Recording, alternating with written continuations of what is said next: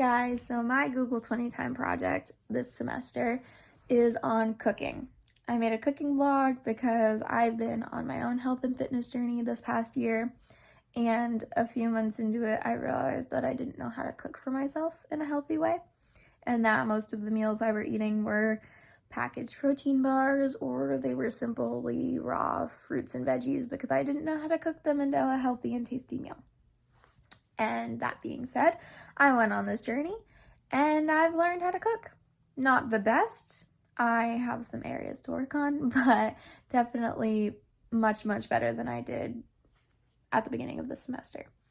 So some mishaps happened around week 2. I made dinner nachos and they did not go as planned. My meat was probably cooked 25 minutes before the rest of it because I took a really long time to cut the onions and tomatoes and other toppings for the nachos because I was not familiar with knife skills yet. But that being said, by the time I made my tortellini soup later on, like week 8 or 9, I knew what I was doing. And I had that timed perfectly.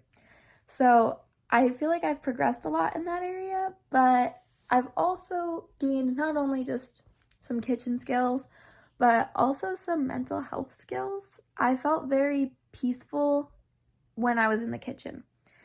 Specifically, I don't know what week it was, but it was the apple cinnamon oatmeal week. I was running to an appointment and I took it to go.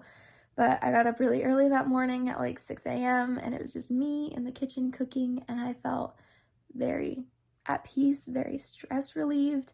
And I realized I found myself feeling mostly that way every time I was in the kitchen, just a very clear state of mental clarity. And it was something that I really enjoyed. So that being said, I like that this is a lifelong habit that I can form, and that in the future, I can use this when I cook with my kids. Because if you haven't noticed, I come from a very Italian family, and most of my meals were very Italian. And in addition to that, most of them were meals that I made with my mom when I was a kid.